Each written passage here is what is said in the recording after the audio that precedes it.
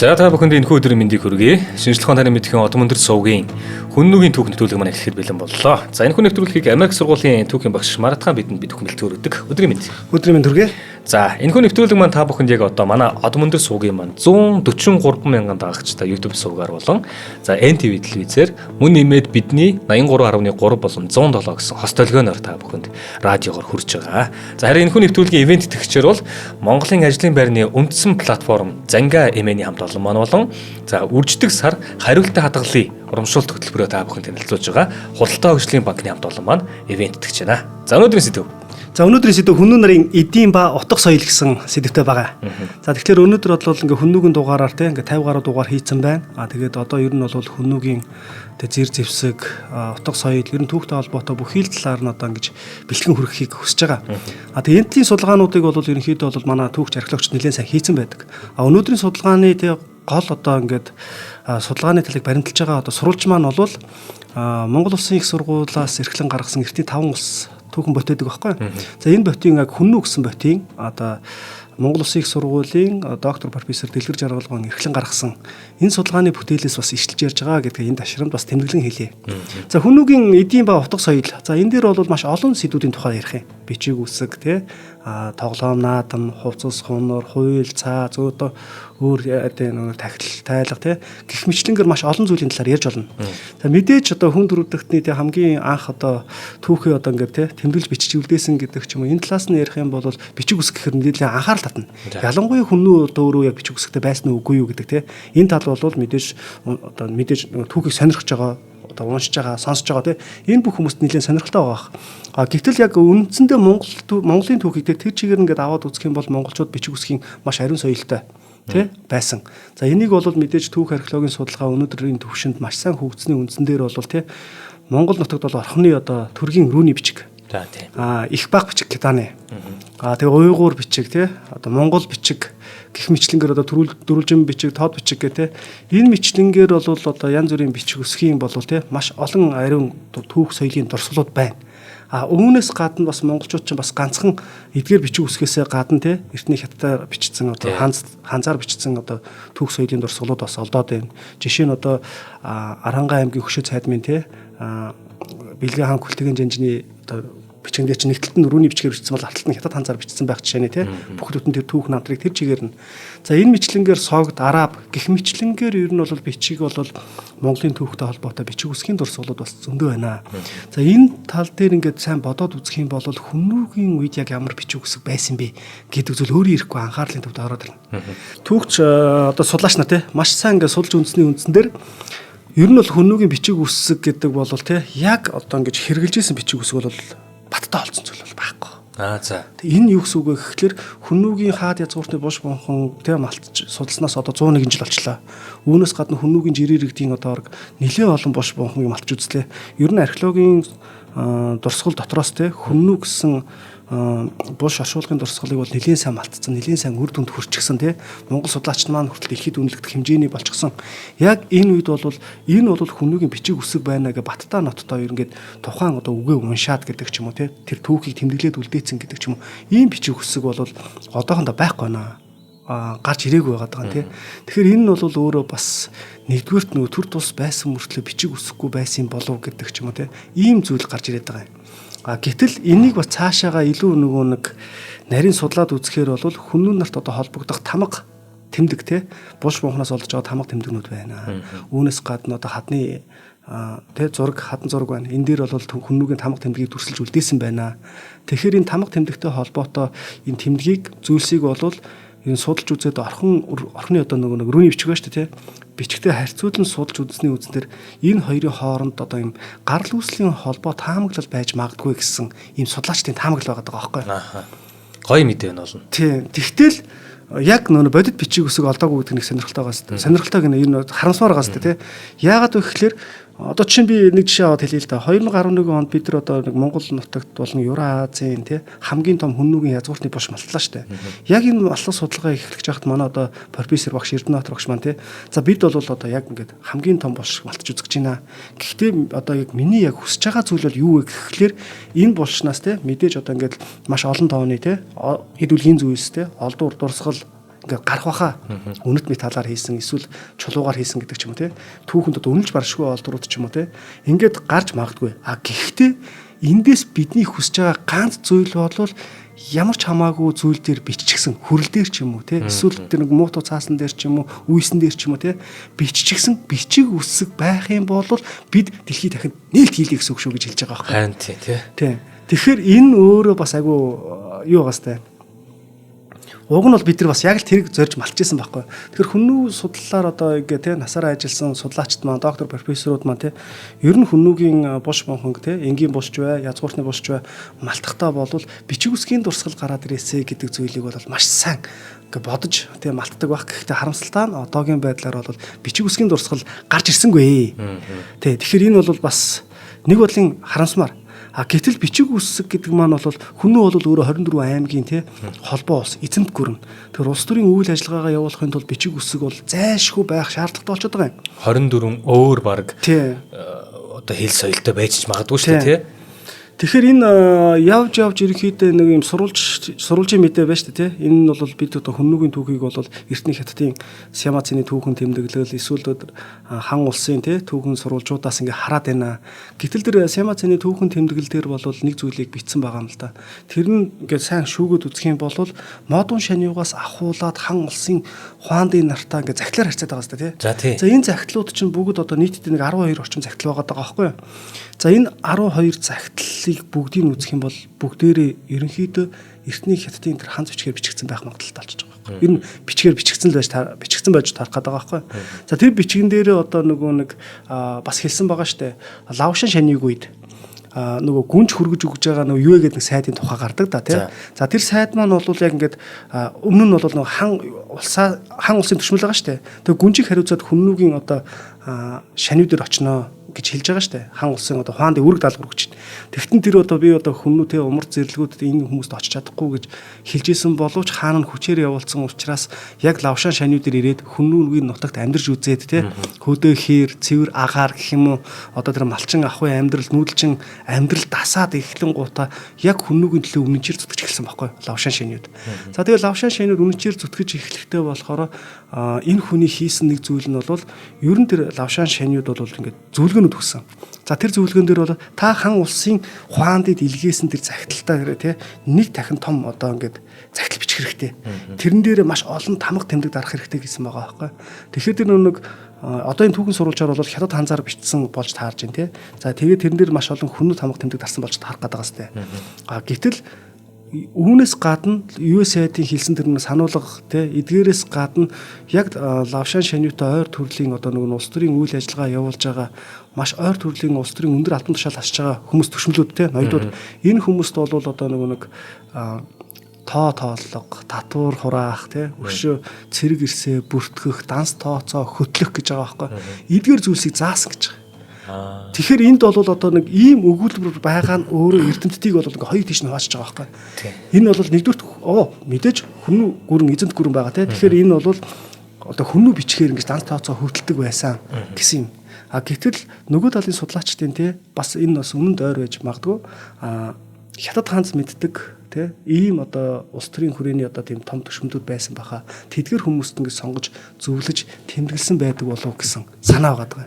Чанд ямар нэгэн санаа орж иж байна нөгөө юу яагаад гэдэг штэ 1947 онд Цэндийн Дамдын сүрэнгой одоо нөгөө юг Монголын нус тавчааг эхэлнээ хөрвүүлж буулгаж байгаа штэ. Тэрний өмнө ч болохоор 1917 онд Богдхааны дэргэдэх дид сайд байсан Цэнд гүнчин хятад хэлнээс нь буулгаж байгаа шүү дээ Монгол хүч рүүгээ. Гэтэл нөгөө тэрий чи анх олохдоо 1800-аад онд нь боллоо тэр нөгөө үнэн алдсан шашны нэг хүнтэй хятадын тэр номын сан инээд байж байгаад эхлээд Орос руу буулгаж байгаа шүү дээ. Тэгээд яг ингэ буулгахад тэр их хөв нь ямар байсан гэхэлэр зөвхөн монгол хүн уншиж чадхаар буюу бид нар ингэ латинаар галилеаг бичдэгтэй адилхан хятад үсгээр гэтээ монголоор ингэ галилеад бичсэн байсан буюу тий яг тэр хэлээр бичсэн байсныг нь ийм олон талд хөрвүүл буулгацсан байснаа сүүлд нь Цэндийн Дамдын сүрэнгээ буулгаж ирж байгаа шүү дээ тий. Тэгэхээр яг хуу хэрэгэлдэг байсан тэр чинь одоо 13 дугаар зууны үе тэгээд тэрнээс өмнөх үеүүдийг бичсэн одоо уран зохиолын маягтай бичигдсэн гэхэд ямар ч сан бичиж үлдээсэн нь бол хятад үсгийг ашиглаж бичсэн байдаг ханзаар тий. Энэ бол бас арай өөр түүх бол авчиж байгаа юм. 1240 онд ч Монголын нус товчоо бичиж дуусгасан байгаа шүү дээ. Орхон шилхэнцэг хоёрын хооронд хаана ордон бууж байхад бичиж дуусгаваа гэж байгаа шүү дээ. За тэгэн гол чинь хамгийн боломжтой он цаг нь 1240 он болж байгаа байхгүй. За тэгэхдээ тэнд бол яг монгол бичгээр бичсэн болж таарах гэдэг байгаа. За тэгээд нөгөө Юан гүрний үе тэгээ Юан гүрний одоо мөхлийн дараах тэр нөгөө Мин улсын хамгийн анхны хаан хуу энэний зарилгаар яг тэр нөгөө нэг хятад хадмал болгосон байгаа байхгүй. Тэгэхдээ тэрийг чи хятад хадмал болгохдоо монгол үг ингэж хийсэн гэдэг байгаа сте. Тэр чи яг тэгж бичсэн хүмүүс чинь яг тэр хятадд боловсрал эзэмшсэн монгол хүмүүс байгаа байхгүй. Харин тий. Тэгэхээр үсгийг зүгээр ашигладаг байсан байж магадгүй л тий. Тэгэхээр бас нэг яг сонирхолтой баримт болчихж байгаа сте тий. За үүнээс гадна бас юу байгаа юм? Нэгэнт одоо нэг ингээд хятад ханд бичгээр тий тодорхой өрөөнд бас хэрглэж байсан байх магадлал өндөртэй болчихж байгаа сте тий. Үүнээс гадна яг нэг юм эгийн голын тэр бурхан толгой гэдэг булш байгаа байхгүй. Тэр булшны 26 28 дугаар булшнаас болохоор юм юу асан байгаа. Захаараа юм харт холбоотой засаж янзалсан юм хоёр хавтгаач болсон байгаа байхгүй. За тэр нь энэ лабораторийн шинжилгээгээр бол тэр толбон нь бол бих гэж гарч ирсэн байна. Тэгэхээр энэ бол гаргаж авч байна. Тэг бих гаргаж авч ийна гэдэг чинь нэг бичиг үсэг те байна. Тэгтээ тэр нөгөө нэг ханц бичгүү эсвэл одоо нэг үндсэн хүннүгийн бичгүү гэдэг зүйлийг гаргаж иж байгаа. Анх бол бидний дунд хөдөөгийн бирлэгээд алдарсан те археологч бас шүлэгч яранагч те. За энэ хүний одоо монголчуудын гарал үсэг тамга үсгээр хайхан гэдэг дээр бол хүннүг бол бас тамга тэмдэг үсэг хэрэгэлдэг байсан байх магадaltaа гэж байгаа байхгүй. Гэтэл тэр тамга тэмдэг үсэг нь болохоор зарим судлаачдын хувьд шүү дээ яг ингээд үсэг бүтээх юм уу үг бүтээх юм уу гэдэг нь юу ачиж байгаа. Одоо нэг харьцуулсан жишээ ярих юм бол 1686 онд чинь өндөргийн зан узар чинь өөрөө гийсэн соён бүсгийг зохиолоо шүү дээ. За тэрний ч одоо яг Монгол улсын төрийн талбай дээр байгаа тэр соён тэмдэг чинь нэг үсгэн шүү дээ. А үсгийг ойлгож байна. Тэгэхээр чинь тэр А үсэг бол ингээд үг бичгэрч бүр амар хэцүү болоо явчихна. Хичнээн юмнаас бүрдэж ийж ганц үсэг болсон юм гэж юу? Үг гарч ирэх гээд байгаа шүү дээ. Тэгэхээр яг хүннүгийн дээр тамга гэдэг дээр нь бас ингээ маш олон төрлийн тамгууд байна. Тэр тамгуудаар ингээ үг бүтээн гэхээр бас айгүй хэцүү болчиход байгаа байхгүй. Үсгээр ингээ үг бүтээн гэхээр хэцүү болчиход байгаа сте тий. За нэг иймэрхүү зүйлүүд ингээ байгаад байгаа юм.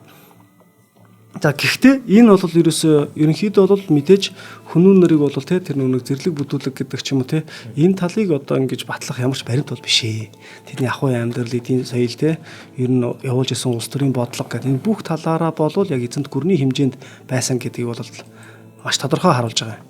За тэгээд хүннүн нар бол мэдээж төрийн болон албан бичиг үсэг гэдэг зүйл заавалчгүй ингээд гадаад харилцаанууд ингээд явуулахаар байгаа сте. Ганцхан хаамстай харьцаагүй шүү дээ. Тийм шүү дээ. Баруун зүгийн тэр 26 хот улс, 36 хот улс гэл ингээд яриад байна. Тэгэхээр энэ бүх дээр бол яг ямархуу бичиг үсэг хэрэгэлдэг байсан юм бэ гэдэг нь бол өнөөдрийн хүртэл тий онц сонирхолтой мөртлөө нууцлаг нэг зүйл болоод хувирчиж байгаа байхгүй. Би сайн мэдэж авлаа. Магадгүй хэдэн жилийн дараа ч юм уу те 100 жилийн дараа ч юм уу те хүннүү бичиг үсэг үнэхээр ийм байсан юм байна гэдэг эрдэмтдийн бас шаргуу судалгаа бас гараад ирэхийг үгүйсэх аргагүй. Тэр бол ч та маш том хүлээгдсэн айгүй том нээлт болох нь шүү дээ те. За хоёулаа хамтаа хэлцээ танилцуулж. За нэвтрүүлгийн маань ивент итгэгчээр Монголын ажлын байрны үндсэн платформ Занга эмээний хамт олон маань ажиллаж байна. За Занга эмээн дээр яг одоогийн байдлаар хэрвээ та Занга эмээн гэдээ ороод үзэх юм бол магадгүй бас Занга эмээн гэж Зангааг хайх юм бол аппликейшн байгаа. Тэр аппликейшн руу ороод үзэх юм бол яг одоогийн байдлаар 10,000 гаруй байгууллагатай хамтран ажиллаж байгаа. 1 сая гаруй хэрэглэгчтэй Монголын хамгийн том ажлын байрны вебсайт болон аппликейшн хөлбөртэй үндэсний платформ юм. За одоо жишээлбэл Facebook ч платформ тий YouTube ч платформ тэрнтэй адилхан ажлын байрны платформыг л хөгжүүлж байгаа гэсэн үг Занга эмээний хамт олон. Гэтэ яг үндэсний буюу монголчуудаа зориулсан тий. За тэгээ Занга эмээний сайт дээр аппликейшнд бүх төрлийн ажлын байрны зар мэдээлэл нийтлэгддэг. Тэгэхээр яг одоо манай нэвтрүүлгийн доор QR код гарч байгаа. Тэр QR кодыг та уншуулах юм бол аппликейшнд авах боломжтой.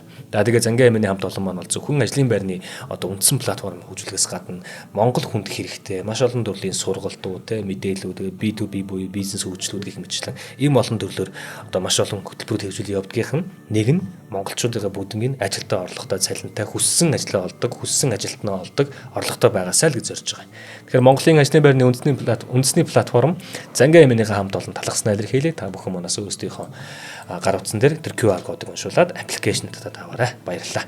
За Занга эмээний хамт олонтой маш их баярлалаа тий. Хүннүүгийн дугаарыг бол бас эхнээс нь ингээд ивент тэгээд хамтран ажиллаад ингээд явж байгаа. Үүнээс гадна бас хүмүүсийг ажилдаа орлоготой болгоход энэ буянтай үйлс хийж байгаад нь бол маш их баярлалаа гэж хэлээ тий. За тийм. За дараагийн ярилцах сэдв. За дараагийн ярилцах сэдв маань болохоор хүннүүгийн хөгжмийн зэмсэг ба дуу бүжиг гэж байгаа байхгүй. Тэгэхээр энд бол мэдээж нөгөө хүннүгийн дуу хөгжмийн талаар бол эртний бас л нөгөө нэг хятад сурвалж бичгтэр те гүн хоо, бишгүүр, цуур, хингэрэг зэрэг цөөн тооны хөгжмийн зэрэг зэвсгийн нэр ингээд дурддаж байгаа байхгүй. За энэ болохоор Гүнжин Сүхбаатар байгаа хүннүгийн монголчуудын эртний өвөг гэдэг те судалгааны бүтээлээс авахуулаад ингээд судлаад яваад байгаа. За иймэрхүү хөгжмийн зэмсгүүд байна гэж. Үүнээс гадна бас нэг сонирхолтой зүйл нь болохоор хан улсын одоо нөгөө элчин сайд нь Монгол тэрэнгуудаа те ингээд шүн орой ингээд өхөр мөөрөөд одоо тэр хөгжмөн ингээд хишиглээд те шүнжин хишиглээд энэ зуны сайх өдрөөс юм шиг байна л да тэр те зуны орой тэгэн гут ингээд хишиглээд шүнжин одоо ингээд унтаж чадсангүй гэдэг нэг зүйлийг бичсэн байгаа. Тэгэхээр тэр чинь одоо нөгөө нэг зүүн боллоо хөдөө гарын халамжуулаа атхыг гэдэгтэй адилхан тий бас л нэг тийм амьдрал байсан байж тарах гэдэг байгаа байхгүй. Тэгэхээр чин тэр нөгөө нэг элчин сайдаа бас нэг унтуулаагүй шүү дээ тий элч төлөөлөгч нэг иймэрхүү зүйлүүд бас болж исэн байгаа юм. За археологийн судалгаагаар бол бас хөгжмийн зэмсэг олцсноогүй л олцсон. За тий энэ бол Шинжлэх ухааны академийн одоо хамгийн анхны захирал тий монголчууд бол яг археологийн шинжилгээ ухаанд бол амьд ном бодит төвх гээд алдарсан Цэвэн Доржгоон яг Моринтолгоогоос Төв аймгийн Моринтолгоо гэдэг газараас хүннүгийн бушнаас олцсон хил хуур байхгүй. За энэ хил хуур нь бол юу яаж байгаа юм 12 см урт. За. Тий 1.3 см өргөн. Тэгэд нэг этгээдтэй ингээ утас оруулаад татах жижиг сүвтэй гэж байгаа байхгүй. Тэгээ энэ 9.5 см урт хилтэй. Тэг хүннүгийн хил хуур гэл ингээл интернетээс ч юм уу тий Google-аас ингээ хайх юм бол ингээд агиух гарч байна. Энэ талаар бол агиух олон мэдээлэл байдаг. Энэ чинь одоо ингээ олдоод өөрөө 30 40 жил болчлаа, 30 гаруй жил болчлаа тий. Тэрнээс гадна энэ өөрөө бас алдартай байхгүй. За тэгэхээр хүннүгийн хил хуур гэдэг зүйлүүд яг бодит байдлаар олцож байгаа. За тэгээ энэ хил хуурыг яг хаанаас яг олсон бэ? Тэгвэл олсон одоо тэр ошуурлах нь тий ямар хүн зориулсан юм бэ гэвэл эмэгтэй хүн байгаа байхгүй. Тэгэхээр энэ эмэгтэй хүннээс тий хүний одоо нөгөө нэг юм судалгаанаас үзэх юм бол яг ингээд янз янзын одоо ингээд хөгжмийн зэмсгүүд ингээд олж исэн байгаа шүү дээ. Гэтэл энэ эмэгтэй хүн байх тохиолдол нэлээ их байдаг гэж байгаа байхгүй. Хөгжмийн зэмсэг эмэгтэй хүнд байх. Дэлхийн техникийн одоо ингээд археологийн судалгаанч дээ тий. За тэгээд ер нь бол яг ингээд хил хууртай холбоотойгоор бол хүннүгийн хил хуур тий энэ ч бас бусад улс орнуудаас бас олдсон тохиолдлууд бас байгаад байгаа юм. Өөр одоо тухайн үеийн соёлоодаас гэсэн үг шүү дээ тий. Тэгэхээр ингээд угсаатан зүүн хэрэглэгдэхүүнээр үзэх юм бол аман хуурна шүү дээ. Алтан хэрт хилт ард түмний те Монгол төрөг гэсэн үг шүү дээ. Монгол төрөг, манж тунгуус те пин уугуур. За ийм хүмүүсийн ард түмний донд бол ингээд тархмал байдалтай байхаас гадна зарим угсаатны бүлгүүдийн цорын ганц хөгжмийн зэмсэг болдог гэсэн гэж байгаа байхгүй. Хил хуур те. За тэгээд аман хуурыг их төлөв яс, эвэр те мод төмрөөр хийж байсан бөгөөд 36-ын тайлбар төлгөж байгаа шүү дээ монгол хэлний тий. За энд бол төмөр хуурыг бол нам, эвэр, хулсан модыг нэмгэн зорж дунд нь одоо нэг тий хил хийж хоёр этгээд үзүүрт нь утас хэлхэн аманд тулгуулж утсыг татал хийлэн дуурахгүй гэж байгаа байхгүй. Одоо ингээд дан гэсэн үг юм тий. За тэгээ энийг болохоор тэгэл нөгөө нэг хулсан хуур тий гэж нэрлэдэг байгаа байхгүй. За энэ бичлэнгээр бол одоо хөгжимдөх онцлогийг заасан байдаг гэж байгаа. Хөгжим судлаач Бадраа гэж хүний одоо хэлсэн үг байна л да. Тэр бол аман хуурыг аманд тулган те барьж одоо хөлийг дөргүүлнэ гэж байгаа. Амаар цуурай төлөн их шиг үүсгэх хөгжмийн зэмсгийн нэрэ гэж байгаа. Тэгэд ингэж томьёолсон бөгөөд Монгол дөрвдөд аман товчлуур, умард Монгол дарахтад хил хуур гэх мэт одоо нөгөө хил хуурыг чинь те янз бүрээр нэрлэдэг байгаа. Тэгээ бусад хэлэнд тухайлбал одоо нөгөө нэг китер, би ингээд пимол гэдэг Коркиокууд гэдэг янз янзаа гээд юу яагаад байгаа байхгүй. Тэгэхээр одоо хүннүгийн хөгжим бусад оронд соёлын солилцоогоор тарсан байж болно тий. Тийм байж болно. Хүннүүчүүд өөрсдөө хэрэгжилж байгаад ингээ тарсан байж болно. Эсвэл гадна улс орноос бас орж ирсэн байж болно тий. За тэгээ энэ дээр бас нэг ийм нэг сонирхолтой судалгаа байгаа байхгүй. Монгол болон түрк хэлт тий. Одоо түрк хэлтэй одоо ингээд хэлт туванар гэж байгаа байхгүй. Козулук комис гэж нэрлэдэг байгаа юм. Киргизүүд болохоор Темир комус. За Темир комус, Темир гэдэг нь төмөр гэсэн үг л дээ. Гэж нэрлэхээс гадна зарим чавтаст хөгжмийг болохоор дээрхийн ижил комус, комуз, комиз гэж нэрлэдэг байгаа байхгүй. Тэгээ нэг хэл шинжлэлийн үүднээс нь одоо ингээд хөгжмийн те түүхийн талаас нь ингээд судалж үзэх юм бол ийм сонирхолтой үр дүн гарч ирдэг. Энэ юу гэсэн үг вэ гэхээр өөрөөр хэлбэл монгол хэлний саяны тэр комуз, комиз гэдэг ингээд комус гэдэг үгнүүд шүү дээ. Энэ нь хөгжимтэй холбоотой ямар хөвгтэй нэлийн төстөө очиж байна. Хөөми гэдэг хөвгтэй байгаа байхгүй. Тийм үү. Тэгэхээр энэ түрк хэлний тэр комус те комис гэдэг үг бол яг саяныхтаа ер нь тус одоо нэг үгнийх нь үндс нь өөрөө хөөм гэж гарч байгаа. Хөөм гэдэг. Тэгээ аман хуурыг нэрлэх гэдэг ч юм уу те. Энэ талаар нь бас ингэж үзэж болоод байгаа юм.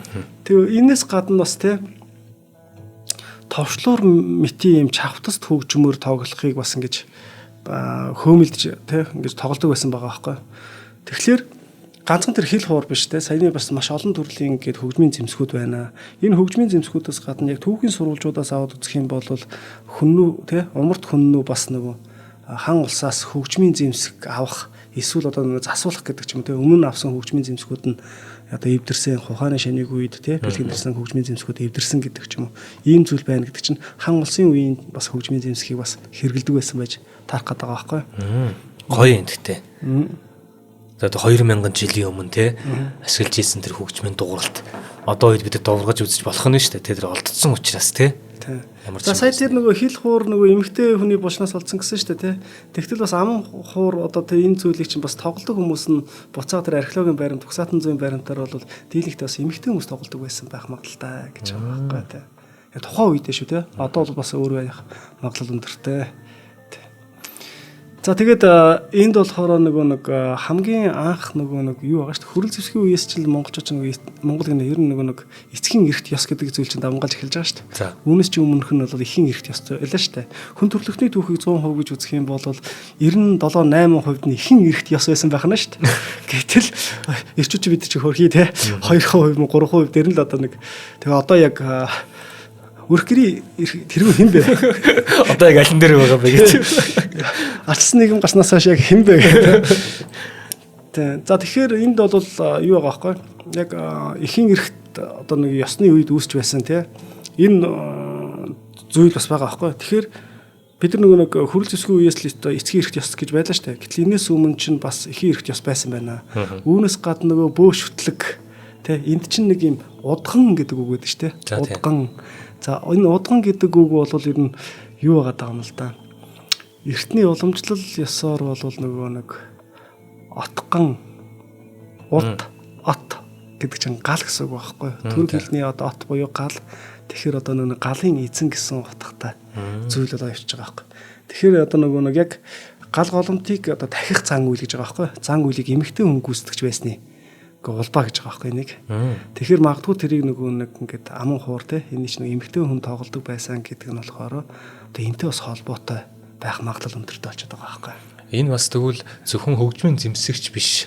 Тэр мөргөлийн бас юмд хэрэгэлдэг гэж болох юм тий. За тэгээд ерөнхийдөө энэ нь бол нөгөө нэг юу яаж байгаа шүү дээ. Нөгөө хөгжмийн явцад нөгөө утга шилжээд нөгөө айлын баг хүүхдийг нэрлэх бас нөгөө хөгжлийн явцад тий. Нэг явсаар агаад айлын баг хүүг нэрлэх босоо гал галмтыг сахих гэдэг. Жишээ нь 13 дугаар зууны үед болох юм бол Чингис хааны баг хүүг бол отголжин ноён тий. Одоо баг дүүг нь отголжин ноён гэдэг үстэй. Тий. Өглөө одоо орой сэрдэг, орой эрт унддаг гэл. Тэгээд гал голомтыг сахиж үлддэг гэж юу. Тэгэл отголжин ноёны тухайд ингээл түүх ингээ гараад ирдэг шүү дээ. Тэгтэл тэр от гэдэг үг нь болохоор гал гэсэн утгатай болж таарад байгаа байхгүй тий. За ингээд нөгөө хөгжим зэмсэг те одоо аман хуур гэх юм уу те хэднийг одоо ингээд цааш нь судлаачдын ер нь үзэж байгаагаар бол юу байгаа юм байна л те. Уралын баруун хэсэгт бол нийтийн тооллын 1-р мянган жилээс те 1-р хагасаас нь гэж байгаа байхгүй эхлэн ингээд үзэгдэж одоо ингээд судлагдаж эхэлсэн гэж байгаа байхгүй археологийн баримтаар. За тэгээ нийтийн тооллын 7-оос 10-р зууны үед өргөн дэлгэр хэрэглэгцэн гэж байгаа. Тэгэхээр эн чинь бол одоо нөгөө хүннүүгийн одоо нөгөө нүүдэлтэй бас тайлбарлаж холбож болно гэдэг зүйлийг бас яриад байгаа байхгүй. За хамтаа танилцуулж байгаа. За тэгээ. За тэгээ. За нэвтрүүлгийн маань ивент итгэгчээр үрждэг сар хариултаа хадгалъя гэдэг энэ үйлчлэгээнөө танилцуулж байгаа. Худалдаа хөгжлийн банкны хамт олон маань ажиллаж байна. За 2025 оны 3 дугаар сарын 12-наас 4 дугаар сарын 12-ны хүртэл одоо нэг хэдхэн өдрийн хугацаа болж байна шүү дээ. Нэг бүтэн сарын хугацаанд та хариултаа хадгалъя үйлчлэгээр олсон 25 мянган төгрөгийг тань те 2 дахин үржүүлж 50 мянга болгон урамшуулж байгаа. За яаж вэ гэхээр та хэрвээ худалдаа хөгжлийн банкны харилцагч биш байх юм бол яг одоо маань нэвтрүүлгийн доор бас баннер гарч байгаа. Тэрэн дээр QR код байгаа.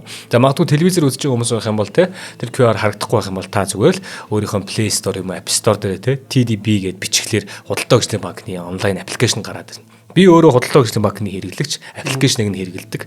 Маш амар байдаг надад. Өөрийн банк болон өөр банк хооронд дотор болон өөрийн дансандаа эсвэл одоо өөр банкнууд руу эсвэл юу гэдгийг гадаад долларын данс за тэгээд хэрвээ карт нь хэрэг болоод онлайн худалдаа авалт хийх хэрэгтэй болох юм бол виртуал карт үүсгэждэг. Тэгээд тэрнгээр төлбөр тооцоогоо хийж дэмждэг. Гэхэд хэрвээ та аппликейшнийг ухаад ашиглаад сурчих юм бол таны бүх одоо худалдан авалт болон шилжүүлэгнээ дээр бүх үйлчлэгийг чинь хангалттай гүйцэтгэж чадах үз ийм аппликейшн байдаг. За тэгээд хамгийн гол нь бас би хизээч нөгөө нэг гацалт үүсэж те ачаал болоо тэгээд нөгөө нэг тэрнээс болоод манайхан чинь нийтээрээ нэг нэрвдэг шүү дээ. Тэр аппликейшн яачваа гэж нэрвдэг шүү дээ. Тим ямар нэг юмд орж байгаагүй гадаадд байхдаа хүртэл би гүйлгэнүүдээ ингээд тэр аппликейшнээр хийгээ явцдаг. За тэгэхээр та аппликейшнийг маттаад суулгаараа. За мөн дээрээс нь аппликейшн ашиглаад 6 сар ба түүнээс дээш сарын хугацаатай хадгаламжийн данс нээгээд мөн харилцах данс нээчихнэ. Тэгэхээр харилцах данснаас тань одоо та гүйлгээгээ хийхдээ те одоо нөгөө би энэ хариултаа хадгалъя гэдэг үйлчлэгэнд бүртгүүлье гэж бүртгүүлчихэд тэгээд 1000-аас 50000 төгрөг хүртэлх юм бүхэлдэж байгаа дүнгээс сонгож аваад өөрийнхөө тааруулчих юм бол за магадгүй хоёулаа 50000 төгрөгөөр бүхэлдсэн байл гэж бодъё л т. Тэгээд би нэг 15000 за 16000 төгрөгийн юм авах хичээлээ шүү дээ. Карт уншуулгаад таних шууд 20000-аар уншигдчихна. 20000-аар уншигдсан гутлаа 16000 нөгөө хүнийхээ үйлчлэгээр орчоод 4000 таны хадгаламж руу орчихно. Бид нар нөгөө баг байхад ээж аваа нэг 1000 төгрөг өгөө 600 талах ахуулаад 400 төгрөгийг нэ авчирж өгөөд магадгүй тэр 400-аас 200-ыг нь өөрт нь өгдөг байсан бол яг тэр л гэсэн үг. Та ингээд хариулт мөнгөний чинь хадгаламжийн насруу чи автоматар хийгээд их. Та аваач хийхгүй та үйлдэл хийхгүй байх нь шүү дээ. Автоматар энэ үйлчлэгээ яваад байна. Ингэсээр байгаа та 3 сарын 12-наас 4 сарын 12-ны хооронд 1 сарын хугацаанд энэ хариулт мөнгө чинь 25000 болчих юм бол та хариултаараа хадгаламжаа өсгөж чадж байгаа юм байна. Танд баяр хүргээгээд таны өдөр 25000 чинь 50000 төгрөг болгоод ингэж урамшуулж ийн гэсэн үг.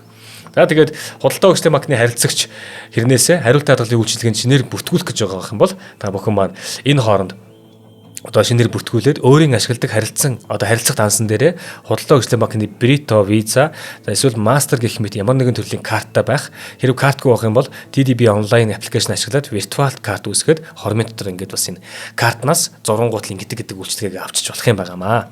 За хариултаа хадгалын үйлчлэгийг холбосон харилцах дансаа өөрийн одоо 6 сар ба түүнээс дээш сарын хугацаатай хадгаламжийн данстайгаа холбочихно. Хэрвээ хадгаламжийн данс байхгүй байх юм бол TDB онлайн аппликейшн ашиглаад шинээр нээгээд хялбар хуримтлалцсан хариултаа хадгалын үйлчлэгээтэй холбочдог. Ингээл энэ бүх ажиллагааг та зүгээр банкн дээр очиж очлох шаардлагагүй хийчихнэ. За тэгээд урамшууллын хугацаа маань бол 2025 оны 3 дугаар сарын 12-ноос 4 дугаар сарын 12-ны хүртэл үргэлжилж байгаа. Ингээд бүгдээрээ хамтдаа хуримтлалтай Монголыг бүтээцгээе. За тэгээ холбогдох утас нь 1819-77 дэлгэрэнгүй мэдээлэл аваарай. За мөн www.tdb.mn гэсэн сайт байгаа. Сайтыг нод бас мэдээллийг авчиж болно. За тэгээ худалдаа хөгжлийн банкны хамт олонд бас талхаснаа илэрхийлье. Баярлалаа. За баярлалаа.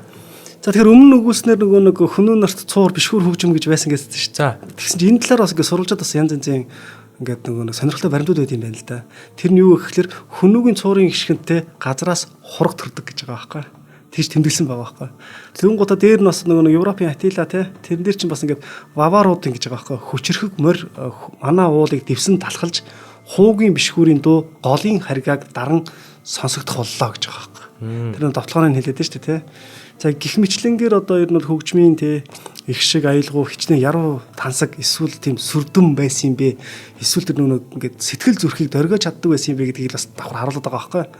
За энэс гадна одоо нөгөө нэг газараас хураг төрөх голын харгааг даран сонсогдох те гих зэрэгээр одоо дүрслэлсэн байгаа нь бол ер нь бол хүнэн нарын дайн тулаан болон элдв одоо нөгөө нэг энэ зан үйлд хэрэгэлдэг байсан зүйлүүдийг давхар хэлээд байгаа байхгүй. Тэгээ одоо нэг ингээд дайн тулаан ингээд бодоод үзэл та те их цэрэг тулалдав гэдэг чинь нэг айхтар үг байгаа даа шүү дээ. 3 хүүг мөртлөө амар том үг гээл те.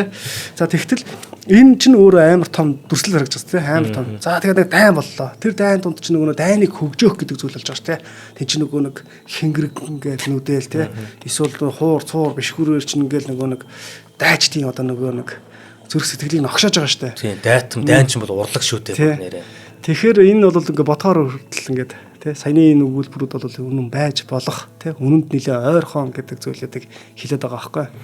Тэгээ нөгөө дайн тулаанд ашиглаад байгаа за мэдээж цэргүүдийнхаа зүрх зоргийг бадрааж өгөх тий итгэлтэй болгох гэх тэн дээр бол бөмбөр нүднэ. За тэгээ манайханд бол одоо энэ цуур хөгжим байсан байна. Тэрнээс гадна дайсныхаа эрийг мохоош бас тэр бөмбөр чинь тий. Энэ чинь тэгэхээр нөгөө зөвхөн хөгжимдөд наадах биш. Энэ чинь бас эсэргээрээ дайны зэвсэг болгож ашиглаж байгаа биз тий. Тэгээд тэн дээр чинь бас дахиад нэг ашигладаг юм нөгөө үг хилээд байгаа. Ер нь бол бөмбөрөөр нүдээд ингээд тэр дохоогоороо магадгүй дайтж явж байгаа хүмүүс чинь тэр дохоогоо сонсоод ухрах юм уу, дайрах юм уу те эсвэл энэ жигүүр ингэх юм уу гэдгээ бас тэр хөгжмөөрөө дамжуул бас ингээд сонсоход удирдах гэж магадгүй. Тэгээ яг энэ талын одоо нэг хөгжмийн зэмсэг те дээрэс нь одоо сая хэл бичиг үсэг те энэс гадна бүжиг гэдэг зүйл л шүү дээ те. За тэгтэл хүннүгийн бүжиг гэдэг нь болохоор энэ хадны зураг зурагдсан нэг юм юу байт юм бэ л зураг байт юм л. За энэ зурган дээр болохоор гар гараас хөтөлцөн бүжиглж байгаа хүмүүс ингээд цөөнгөд өрсөлсөн байдаг байхгүй. Тэгээ нөгөө тухайн зураг нь магадгүй нөгөө хүннүгийн үед холбоотой те хүннүгийн цаг үеийн ингээд нэг хадны зураг байгаа байхгүй. Тэгээ энэ талын судалгаа хийсэн яг хамгийн сүүлд бол оюун тунгалаг гэдэг одоо багшийн дээдийн доктор профессор хүн байгаа.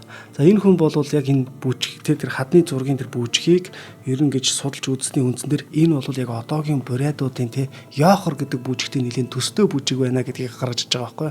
Яг энэ оюун тунгалаг гэдэг хүн бол өөрөө яг бурайд судлаар бас докторийн зэрэгээ хамгаалсан байхгүй. Тэгээ энэ талын одоо юм сайн судалгааны өгүүл байдаг. Тэгээ үүнээс гадна яг баруун монголчууд те бие биелгээ гэж байна шүү дээ те биелгээ бүжиг. За энэ бол яг ухтаа бол бүр ингээ нэг эртнээс улбаатай зан үйл байгаа байхгүй. Тэгэхээр хүмүүн нар ч гэсэн яг нэг иймэрхүү бүжиг байсан байх магадлалтай байгаа байхгүй. Энэ нь одоо ингээ зүгээр ингээ бодоод үзэхээр ингээ амар сүртэй юм байгаа байхгүй тийм. Бүх хүмүүчүүд ингээ дээл мэлээ хагцсан те. Ингээ бүжиглж байгаа тэр бүжиг харах юм бол сүртэй юм бол харагдаад байгаа зү. За энэ мэтлэнгээр ам түүх домогт өгүүлснээр бол те хүмүүн нар бол тийм уртын те дуу бүжиг те ийм зүйлүүдтэй бас байсан байна гэдэг зүйлийг бас давхар хэлж болж байгаа. За уртын дууны тухай бол нөгөө домгийг бол нэвтрүүлэгтэр бол 2-3 удаа ярьсан учраас нөгөө чонтой холбоотой нэг домог байгаа шүү дээ. Энийг бол сонирхч бол өмнөх дугаараас бас харчаараа гэд. Чон уйлах луга те уртаар дуулдаг байсан гэдэг нэг зүйл байгаа шүү дээ. За энэ уртын дуу маань бол одоо бүр 2000 жил одоо бидний зүг одоо зүг мэдж байгаагаар тэгээ 2000 жилийн турш яг энэ их газар дээр дуурж энэ дээр нь хүмүүс өсөж төрнөж хөлд орж ингэж явсан зүйл байгаа байхгүй тий маш том өв тий. Яг тийм. За одоо бас нэг зүйл байгаа юм. Энэ болохоор Хуанли. За тий цаг тооллын бичиг тий. Тэгэхээр ингээ хүмүүн нарыг нэг 12 жилийн сарны тооллын тогтолцоог хэрэгэлдэг байсан хэсэг талаар одоо ингээл айгүй олон бас судлаачдын дунд ингээ нэлээд маргаантай зүйл болоод байгаа байхгүй.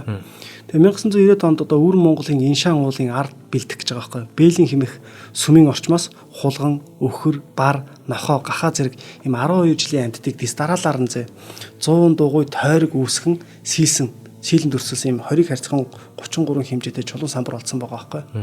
Тэгээ энэ дээр чинь одоо нэг бас ингээд лууг те төрсөлсөн байгаа штэ. Тэгэхээр лууг бол энэ богино биетэй олон хөлтэй нэн эртний хэлбэрээр төрсөлсөн зэрэг онцлогоор гэж байгаа байхгүй. Одоо онцлогоор нь одоо хятадын судлаачид бол энийг Хүннү улсын өмнөх буюу Байлдаанд улсын үед холбогдуулан үзсэн гэж байгаа байхгүй. Тэгэхэд энэ умартын нүүдэлчд бол 12 жилийн он тоолол бол тухайн үед бол нэгэн дэлгэрсэн байжээ гэдэг зүйл хэлээд байгаа юм. За тэгтэл яг ингээд зарим судлаачид бол Хүннүг бол 12 жилийн Хуанли те гэт нэг хүннүү үүсгэсэн гэдэг хүннүү одоо үүсгэсэн хүннүү бий болгосон гэж үздэг боловч яг ингээ түүхэн эсвэл нэг хил зүйн те сая одоо яг нэг сурвалжаад урдлаа шүү дээ те одоо Монгол Улсын их сургуулиас гаргасан хүннүү те энэ дэлгэр жаргалгааны энэ бүтээлд бол ер нь ингээ судлаачтай ингээ сайн хараад ингээ судалгааны бүтээлүүд ингээ хараад ах юм бол энэ бол те юу яаж байгаамаа дээрх баримтуудыг бол үүсгэж байгаа юм аа. Энэ бол харин хүннүүгийн баруун хөрш те эртний энэтхэг Ираны нөлөөгөөр бий болсон байх магадaltaй хүмүүд бий болсон байх магадaltaй гэж байгаа байхгүй. Яг энэ талаар ч гэсэн одоо Гүнжин Сүхбаатар монголчуудын эртний өв гэдэг судалгааны бүтээлдээр дурдсан байдаг. За тэгэнгүүт ч одоо сая нэг хэсэг чинь одоо Хуанлыг бол одоо тий 12 тоолог хүмүүч зохиосон. Эсвэл луу бол хүннүүгээс гаралтай гэл тий. Ингээд яриад идэг. Гэтэл яг нөгөө сурвалж баримт энэ тэрийг ингээд яриад ингээд цааш нь хөөх юм бол бас яг ингээд хүннүү бол хүннүүгийн олдвоос луу олж гинэ. Олдож байна тий байна. Тэгтэл яг луу өөрөө яг хамгийн эртнийх нь хаанаас олдсон бэ гэдэг зүйлийг ярих боломжтой болж байгаа байхгүй. Гэтэл энэ бол би нөгөө октын талаар нөгөө ярмааргүй байд юм а гэдэг хоёул нэг хамт яриадсан шүү дээ. Одоо нөгөө ярихад бол яг хүннүгээс луу олдлоо тий луугийн баримтууд олдож байна. Гэтэл энэс ахаад цаашаага 1500 2500 нийтийн тооллын өмнөх 2500 жилийн тэртээс Японоос хүртэл луу олдсон л байгаа байхгүй. Тий. Тэгэхээр яг ингээд үүсэл гарал нь яг хаанаас вэ гэдэг зүйл нь болохоор нэг янз янзаар тайлбарлаад байна шүү дээ. Монголоос гэдэг нь болохоор эртний одоо нэг үлэг гөрүүлтэй холбоотойгоор ер нь нүүдэлчд мэдчихсэн ингээд яриад байдаг. Гэтэл шинжлэх ухаан өөрөө яг нэг баримтан дээр тулгуурлаж явах хэрэгтэй тийм. Гэтэл хүннүгээс өмнөх үед ч гэсэн тэр эртний тэр одоо байлдаанд болсон юм уу одоо эртний хятадын тэр төр тулсуудад тэгээд тэр Японд олдоод байна гэдэг нь бол эн чинь өөрөө бас одоо чи тэр ингээд те луу хүннүгийнхаа гэд ингээд ярьж болж байна. Тэ? Тэгэж яриасаа гэж хүмүүс хүсэж байгаа. Тэгэж яриасаа гэж хүсэж байгаа ч хүмүүс байж болно шүү дээ тийм биз дээ. Магадгүй одоо яг ингээд алдаасаа гэж хагаад за энэ алдаан дээр манад энэ баримт байж штэ. Манай улс бол танаа улсаас тэдэн жилийн өмнөх ингээд луугийн олдор байна гэд ингээд ярих юм бол эн чинь буруу болж байгаа байхгүй. Тэгэхээр яг нэг баримтан дээр л тулгуурлаж ярихгүй бол болохгүй болчиход байгаа. Тэг яг сая айгуу гоё хариулт хэлчихлээ шүү. Археологийн салбарын тэр гоё үзэсгэлэнтэй юм эндээ байгаа байхгүй. Хинч одоо нэг энэ миний зүйлийг ярьж болно. Гол нь баримт чинь хаана байгаа юм бэ? Тэр баталгаа чи яаж гарч ирсэн юм бэ? Тэр чинь хаана байгаа юм бэ гэдэг. Харин археологийн салбар яг энэ болгон дээр одоо нэг 2000 жилийн тэртээ хүннүгийн язгууртны болж байна, энгийн иргэний болж байна. Тэгээ энэ болгоныг олоод тэр болгоноос гарч байгаа мó жижигхэн тэр нэг чулууны өвтөс хүртэл яг энэ чиний түүхий чинь батлаад байгаа зүйл учраас тэр болгоныг барайл явж байгаа. Тэгээ дэлхий чинь өөрөө нэг хавтгай том зүйл шүү дээ. Тэгээ тэн дээр одоо мэдээж хаана хин ямар юм шиг төсдөг байсан. Тэгэл том гүрнүүд чинь ингээ соёлын нөлөөгөөр нэгэндээ орж ирнэ. Нөгөө төлөвгөө ингээ дамжин ийм л юм болж байгаа шүү дээ. Яг одоо нэг юу байна л да. Миний багш байна л да. Шинжлэх ухааны гавьяат зүтгэлтэн те соёлын гавьяат зүтгэлтэн хишигтгээд багш байгаа. Шинэ үеийн түүх заасан байхгүй магистр одоо яг бакалаврын хэмжээнд би бас яг ингээл удирдлаганд орон тэнхимд ингээ багшлаа те их сургууль ингээ багшлаад явж байсан. Энэ хүн маань энэ хүнээс сурсан ганц зүйл маань болохоор энэ байхгүй. За Марат хаана түүхэнд үнэнч байна. Баримтандаа үнэнч байна. Хамгийн гол нь өөртөө үнэнч байна шүү гэх. Тэгэхээр саяны энэ яриан дээр бол магадгүй одоо ингээд лууг одоо чи тэр баримтаар бол Японд байна гэдээ ингээд хэлчихлээ шүү дээ. Тэнгууд та хоёр бол өстө нэр баг ийм тийм ураа шарвач гэдэг ч юм уу. Ийм маягаар комент бичиж магадгүй шүү тий. Пост хийж магадгүй. Гэхдээ битээ таагаар яг л баримттай ярьж байгаа учраас. За тэрнээс гадна ийм зүйл байгаа. Ер нь археологийн холбоор гэдэг маань тий шууд гаргаж ирэн гутаа. За энэ бол ерөөс шууд хүнүгийнхаа гэхэд хэцүү байхгүй. За энэ бол шууд хаан улсынхаа гэхэд хэцүү. Ягаад гэвэл соёлын харилцаа холбоо гэдэг зүйл байгаад байна. Тэгэхээр энэ юу гэсэн үг вэ гэхээр ер нь бол нүүдэлчд бол тий ганцхан бас ингээ зээлдэгч бас арт хүн биш. Тэгэхээр ингээд юу гэсэн үг вэ гэхээр саяны одоо тэр хуанлыг гэдэг зүйлийг тий энэтхэг Иранаас тий эндээс ингээд авсан байх магадaltaй гэж яриад штэ. Гэтэл бас хятадудаас юм авсан уу? Авсан. Тэр нь юу гэхээр одоо нэг дандаа ахын чанартай гэдэг ч юм уу эд хэрэглэл иймэрхүү зүйлүүд байна. Гэтэл эртний хятадууд бас хүннүгээс авсан юм байна уу? Байлгүй яах вэ? Энд чинь нүүдэлчдээс дээлийг авж гин, хувцас авж гин тий. Одоо зарим төрлийн одоо зэр зэвсэг, хоол тий, хөгжмийн зэмсэг гэдэг ч юм адууны тоног хэрэгсэл, мал малгааны арга ухаан энэ зэргийг чинь бас л ялгаагүй л одоо ингээд хүннүгээс авч л байгаа тий. Ийм үйл явдал бас болж байгаа шүү дээ. За одоо хамгийн сүүлийнхаа нэг зүйл ярьж. Ангаах ухаан. Хүннүг тий. За энд бол мэдээж нэг уламжлалт ангаах ухаан гэдэг зүйлийг л ярина шүү дээ. Одоо нэг чийтэй ч бас нэг од мөндөр сувг дээр ч бас эмчтэй хүмүүс шүү дээ тий. Тэгэхээр хамаагүй шинжлэх ухааны энэ төр гэж ярихгүй. Манай эмч чинь айгүй гоё юу хэлдэг шүү дээ. За уламжлалт ангаах ухаан бол маш сайн. Ямар ч гэсэн хүнийг 40 нас хүргэнэ гэл тий. Тэр нэг айгүй гоё санагдсан надад таалагдсан. За тэгэхээр энд бол нүүдэлчдийн нэг уламжлалт ангаах ухааны талаар юм түүхийн нэн эртнээс эхлүүл тий ингээ хэрэгжилж иржсэн зүйлүүд байгаа байхгүй. Жишээ нь энд нэг баримт байгаа. Энэ баримт нь юу гэхээр хан улсаас хүннүүд одоо ингээ зараалаар ирсэн сүү гэдэг илж байгаа байхгүй. За энэ илч одоо нэг хүннүүтэй одоо тий ийм хуйлдаан явуулж байгаа сүүлдээ нэг тэр нь баригдаад өөрийнхөө амийг хорлох гэж олцсон байхгүй. Өөртөө мис хүргэлээ гэсэн үг шүү дээ тий. За мис хүргээд биедээ шарах хүргэцэн тэгэн гут нь энэ дээр нь яасан бэ гэхээр хүннүүчүүд юу яасан байгаа байхгүй. Хүннүүгийн одоо отож гэсэн үг шүү дээ тий. Отож ирж газар ухаж агаад багхан гал түлж агаад нурман дээр нь доош харуулan хэвтүүлээд эмчилж байсан гэж байгаа байхгүй. Үүнээс гадна яг энтэй адилхан ухаанчууд байгаа шүү дээ. Ухаанчууд мөн одоо ингээ халаасан газар хэвтүүлэх, тэгээ аг шарилж, шатааж, халааж, төөнөх, халуун чулуугаар жин тавих зэрэг те ингэж эмчилдэг байсан гэж. Өвчтөө хэсгийнх нь нөгөө вений суцыг бас хотгаар те ханах зэрэгээр одоо нөгөө мууцыг хана гэдэг шүү дээ. Энэ зэргүүдийг гаргаж ирж байгаа. Тэгэхээр энэ зүйлүүд нь одоо нэг энэс хоошоогоо хүнүгээс хоошоо магадгүй гэдэг нэг 1000 жилийн хойно гэсэн үг шүү дээ. Эртний хятад үндэстэн ба шүү дээ. Кядан гүрэн те. За энд бол ангаах ухааны бол олон зуун ном судрууд бий болж байгаа байхгүй. Энэ юу гэсэн үг вэ гэхээр өмнөх одоо сурвалжуудаас хүнүг үеэс л ингээд залгамжлаад гарч ирсэн зүйлүүд болж таарад байгаа юм. За ингээд өнөөдрийн дугаараа хоёлаа ингээд өндөрлөе те. Тэр ангаах ухаан гэсээс нэрээ тэгэл одоо ерөн зүгээр соёлын нөлөө гэдгээ ярих юм бол те мэдээж хүн ард нь өвдөд ингээд их юм бол одоо аль хөрш орнуудад ямар шийдэл байна тэрийг л олж ирэл аавна шүү дээ. Тэгээд тэр маань хэрвээ дараагийн юм шийдэж чадчих юм бол энэ ингээд цаашдаа уламжлалын соёлын үржин сууршил гэсэн үг байхгүй тий. Мэдээж эзэрхэг хүчрэхэг хин илүү нөгөө нэг гоё байгаад хүчтэй байгаад тэр нь таалагдана бусад орнуудад нөлөөлөл явж байгаа шүү дээ. Тэгэхээр цаг үе болгоны юм өөрчлөлт байхгүй тий. Хүннүү гүрэн хүчрэхэж гарч ирлээ. Хүннүү гүрний тэр яаж энэ боссын төргийн захиргаа нь ямар байдгийг, цэрэг толгойн цол зэмг нь ямар байдгийг ингээд босод жижиг орнууд хуулбарлаад авч байгаа. Тэгээд энэ талд мандах цагт мэдээж эндээс хэрэгтэй юм авч байгаа. Ийм л цаг үеийг бид тулж байгаа байх л та. Сая тэр хануур төөнүр гэл ингээл имчилгээний аргууд байгаад шүү дээ тий. Энд чинь одоо ч хэрэгэлдэг гэдэг байна шүү дээ. Тэгтэл одоо энэ уламжлалт одоо юу чинь арга хаж 2000 жилийн түүхт болчихж байгаа шүү дээ. Энэ юутай холбоотой вэ гэхээр ерөн зүгээр л эртнээс нааш нөгөө малыг дагаж тий нүүдэлж ирж исэн. Тэгээ мал амтны анатомийн бүтэц энэ зэргийг мэддэг зүйл тал чинь одоо буцаагаад ангаах ухаанд л айгуу том мэдлэг болоод өгчөж байгаа байхгүй. Адууга хандаг байсан бол тий хүн үнэхээр болохоо байгаад их юм бол хүний ханж үзэх нь шүү дээ тий. За ингээд хөндөөгийн төвх нэвтрүүлэг маань энэ хүрээд өндөрлөж байна. За тэгээ нэвтрүүлгийн маань та бүхэн яг одоо NTV телевизээр хүлээн үзлээ. Мөн шинжлэх ухааны танин мэдхийн од мөндөр суугийн маань 83.3 болон 107 гэсэн ослогооноор хүлээн авлаа. За харин энэхүү нэвтрүүлгийн маань ивент төгчээр Монголын үндэсний ажлын байрны платформ болох Зангийн аймын хамт олон маань болон хоримтлалтай Монгол аяныг хэрэгжүүлэгч Худалдаа хөгжлийн банкны хамт олон маань ивент тэтгэн хүргэлээ. За танд баярлалаа. За баярлалаа. За. Нэвтрүүлгийг хүлээн авсан Нарны аймгийн монголчуудаа баярлалаа. Од мөндөр суваг энэ мэтлэн танин мэдхүн мянган хөтөлбөрийг 2025 оны 7 сарын 1 хүртэл та бүхэнд хүргэх юм. Их хэлээрээ шинжлэх ухаан танин мэдхүг түгээхийн үйлсэд та нэгтгэх хүсвэл бидэнд танд өгөх боломжтой. Нэг нэвтрүүлгийг 100 төгрөгөөр буюу 1000 нэвтрүүлгийг 100,000 төгрөгөөр үнэлээд та биднийг дэмжээрэй.